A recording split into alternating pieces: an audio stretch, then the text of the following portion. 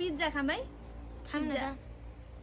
ल 600 पिज्जालाई 600 रुपियाँ पर्ने रहेछ 200 उठाएर खाम न त है हुन्छ हुन्छ ल सिरानी आएको छ 200 रुपियाँ जा गइन् ल्या कान्छी हुन्छ पेमेन्ट गरिदिइसकेँ है मैले कहाँ गर्छेस् गरेकी छैन अनि रुक म तँलाई देखाउँछु भयो कि भएन भनेर कहाँ गयो इ भयो कि भयो भयो भयो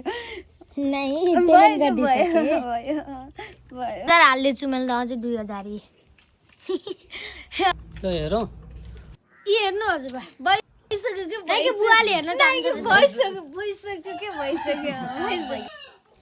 अझै 1800 पठाइदेन त पठाइदे हुन्छ कि हुन्छ